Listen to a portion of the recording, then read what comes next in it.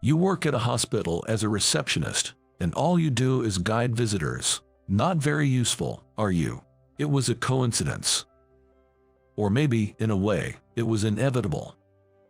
My childhood friend I always competed with had come to the hospital where I worked. He saw the placard I was holding and sneered.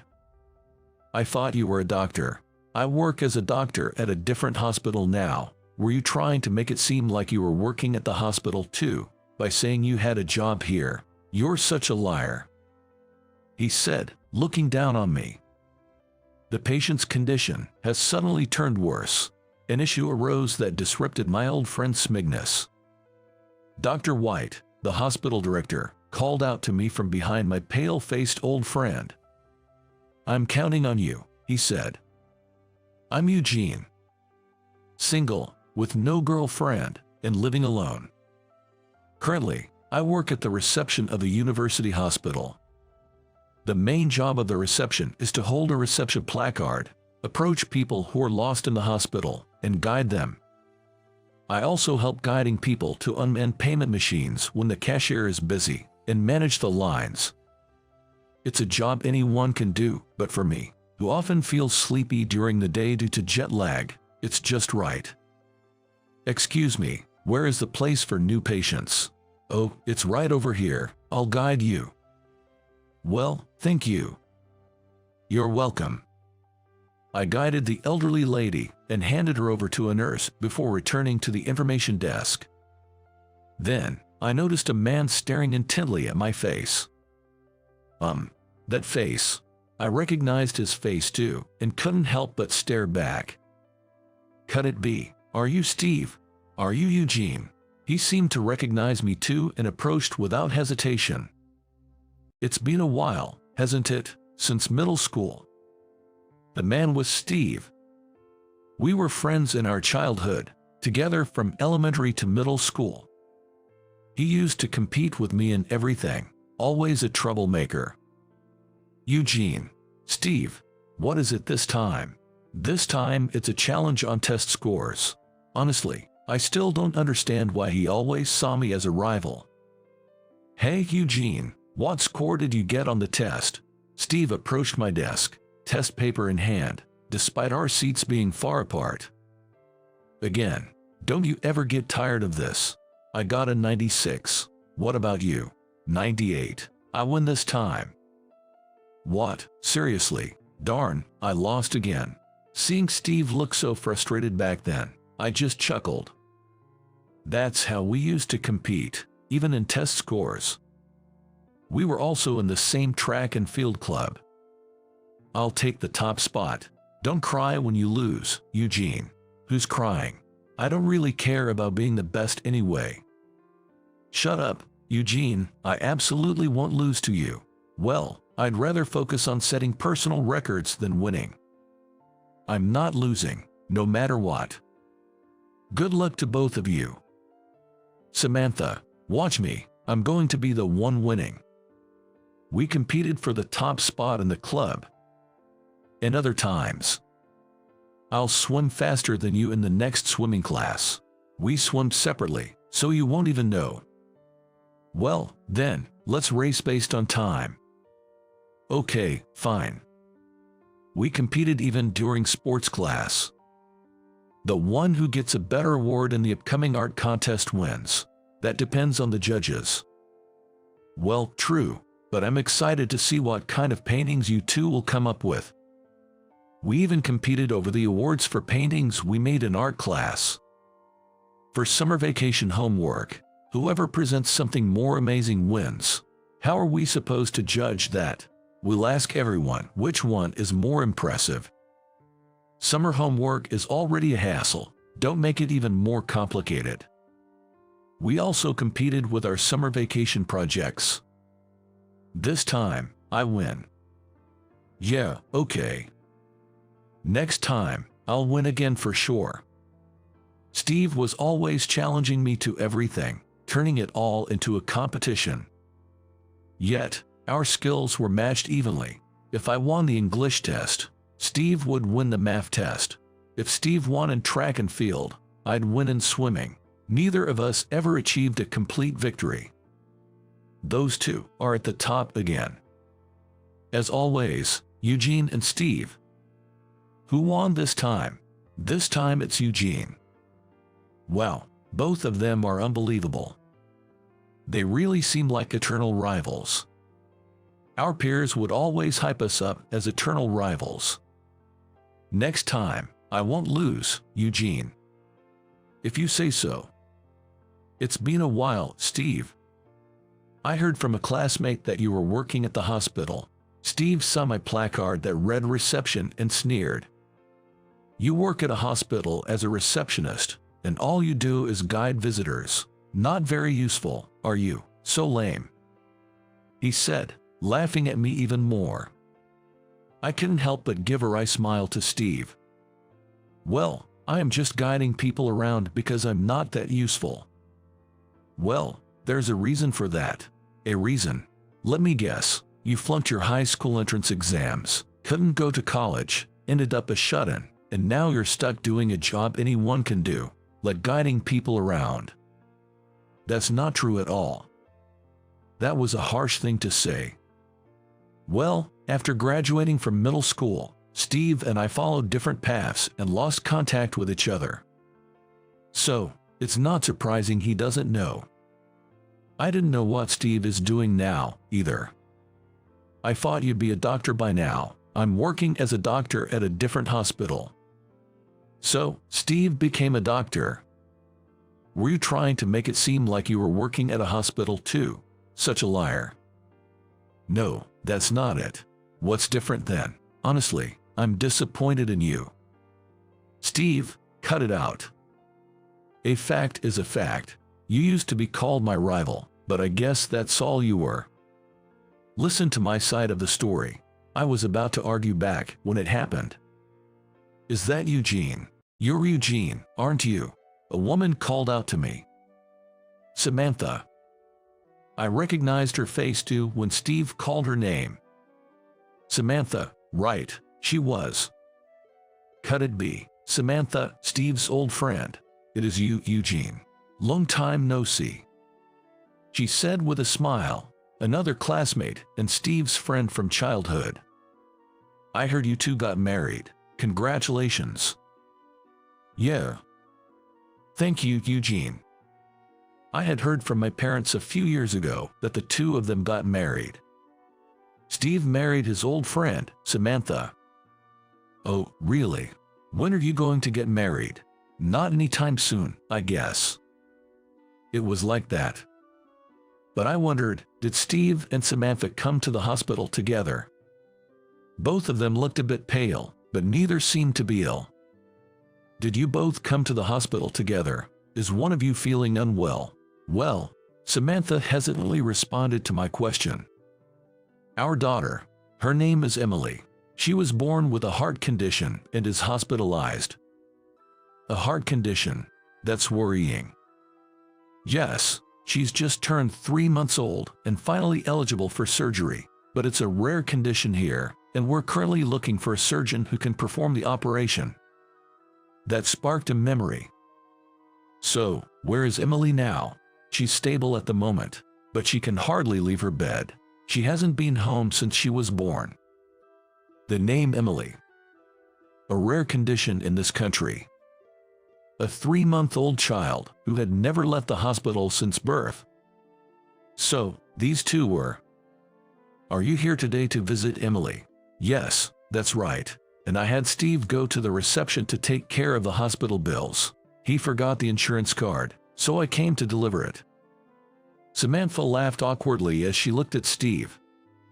You don't have to tell him all that. Why not? Steve, receiving the insurance card, replied with a smile to Samantha. Lately, I've only been talking to you, our parents, and hospital staff, so it's nice to have a chat with you, Eugene. Samantha was smiling, but I could see exhaustion on her face. The constant care for Emily, who had been hospitalized since birth, and the fear of her heart condition worsening at any moment. It's no wonder she was tired. Still, Steve and Samantha being Emily's parents, I felt it was a coincidence that should be shared. Actually, I was about to tell her something when Emily's mother and father. Finally, I found you. What's the matter? Why are you in such a hurry?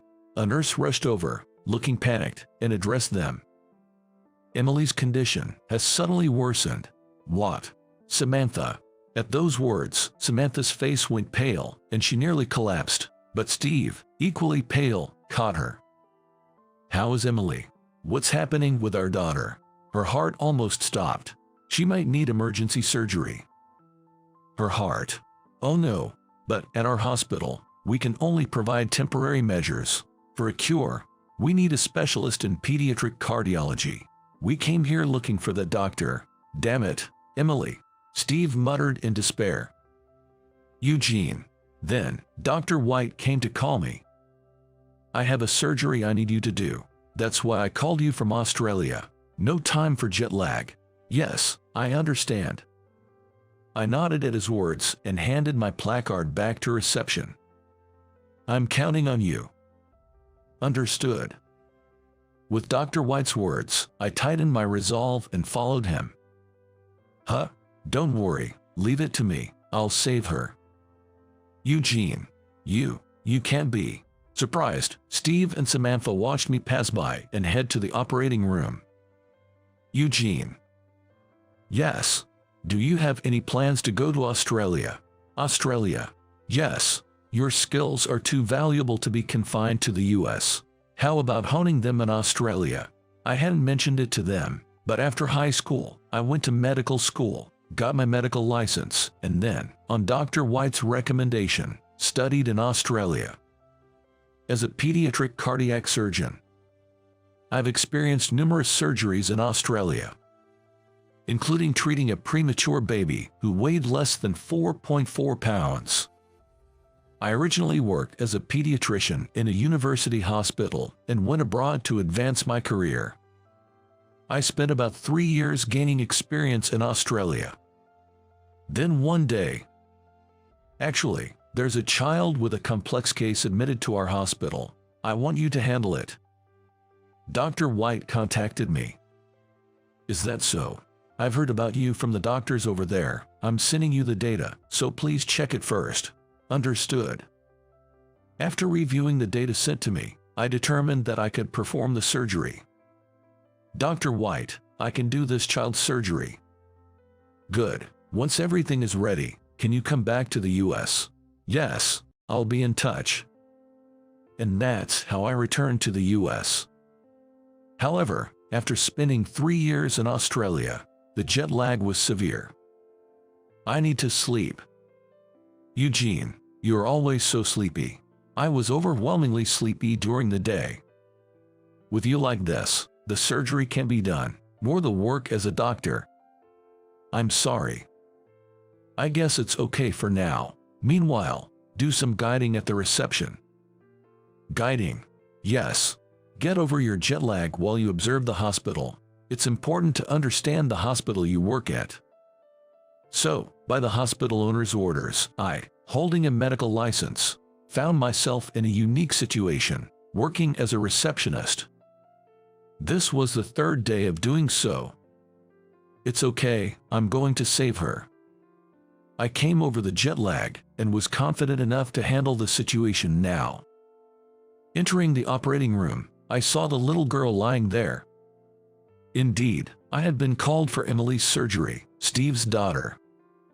Let's begin the surgery. In her case, the major blood vessel leading to the heart was constricted, and there was also a hole inside. First, we had to stop her heart and operate using a heart-lung machine. Her small body had significantly less stamina compared to an adult, and the strain on her body was immense. It was a race against time. I had to operate carefully and quickly, ensuring no small mistakes were made. I thought of the 2 people who must be waiting outside the operating room. The pale faces of Steve and Samantha when they were told about Emily's sudden change in condition. Samantha, who looked tired from worry and caregiving. Steve, who scoffed at me but became visibly concerned when it came to Emily. Their faces flashed in my mind.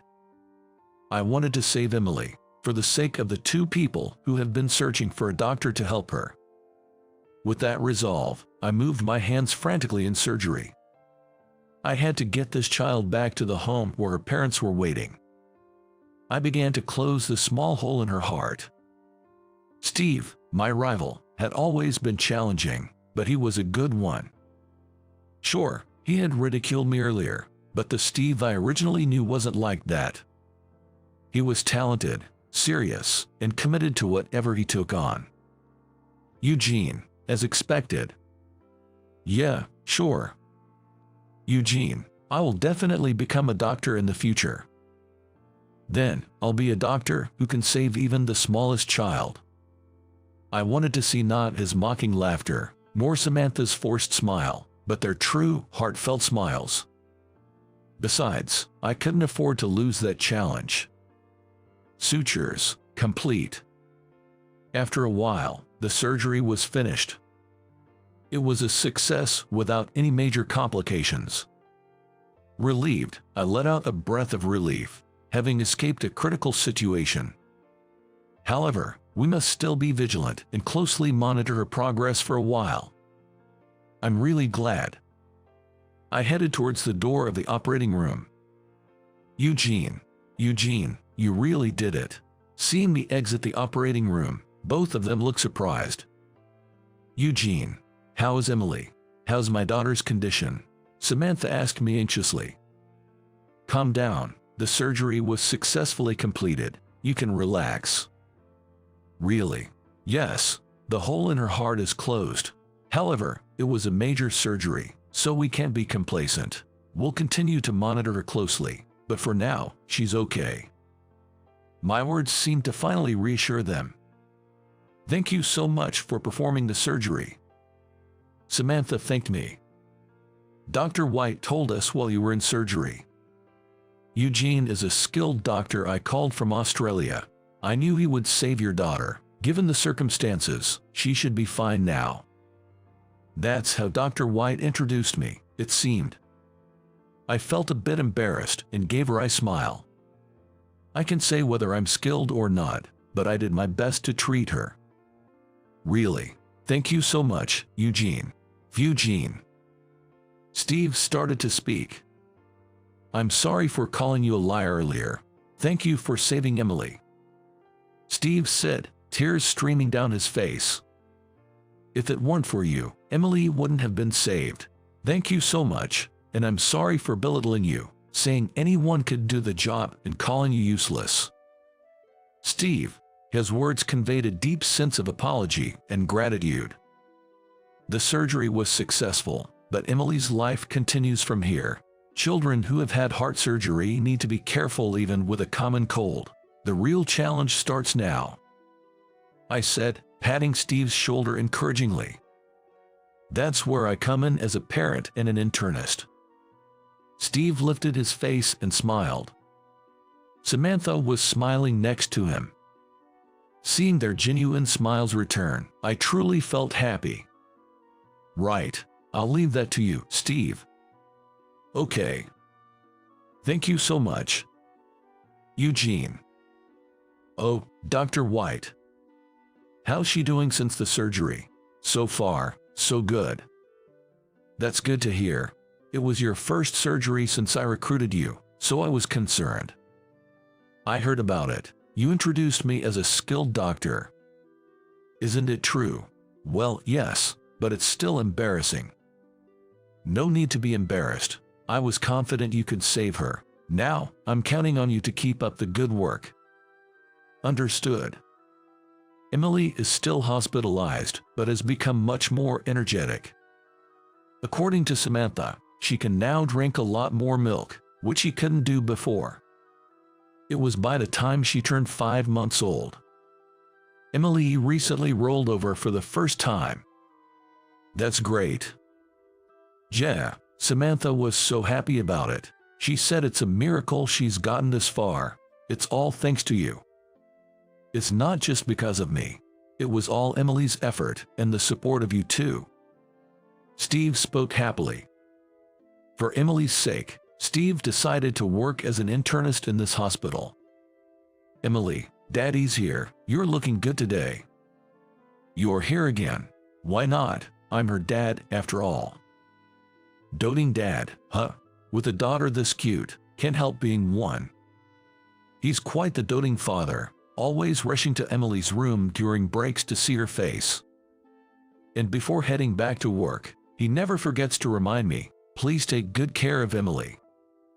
I respond, got it, now get back to your work. I need to give more than my all, otherwise, Steve might get mad at me. I chuckled to myself, thinking this. Despite his ways, Steve is an excellent doctor. I often hear good things about his reputation. And so, some time passed after that day. Yeah, this should be fine for now. That means, you can finally go home together.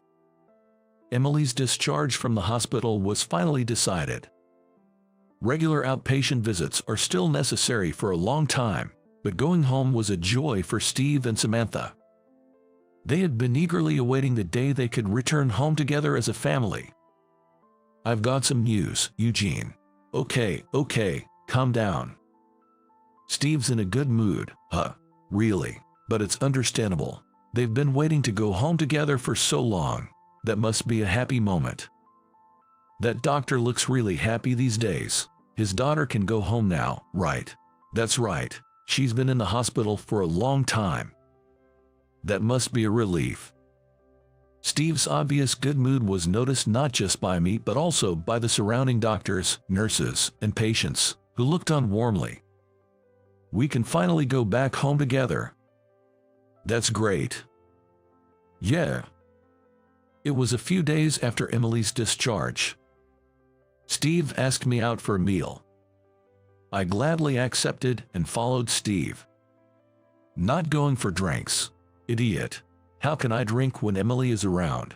That's true. So, we headed to a casual family restaurant. Eugene, really, thank you so much for everything with Emily.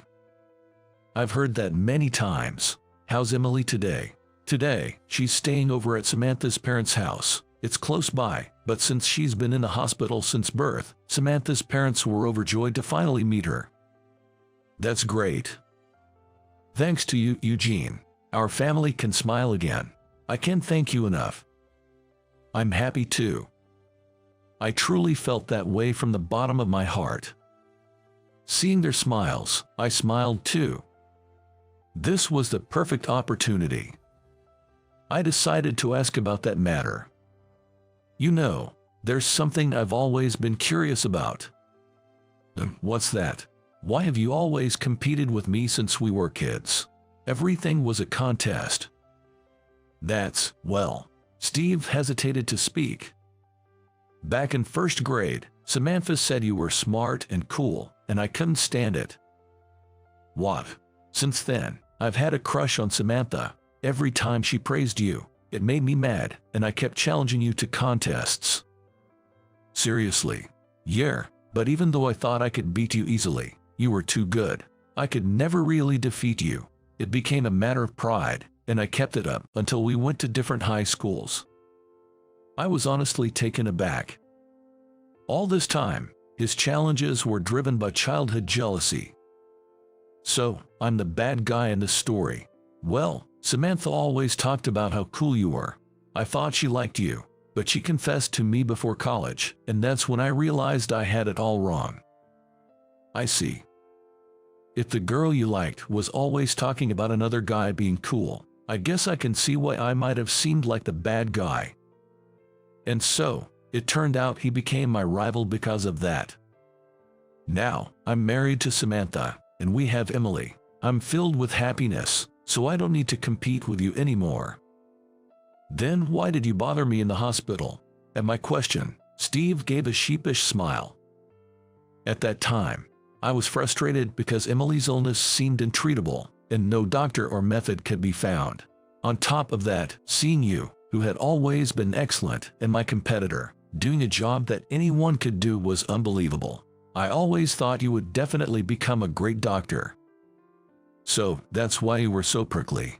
Yeah, I kept thinking, why is a guy like you only doing such a mediocre job here? I've always considered you incredible.